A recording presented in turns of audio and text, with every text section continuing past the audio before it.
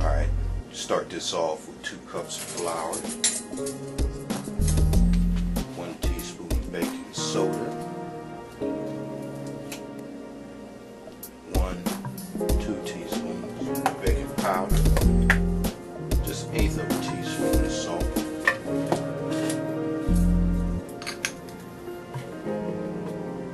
There, let's get a little bit. Just go around.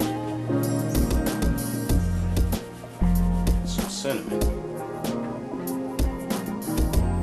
2 cups of buttermilk. 2 ounces of regular milk. 2 eggs. Tablespoon of brown sugar. Take some extra virgin olive oil.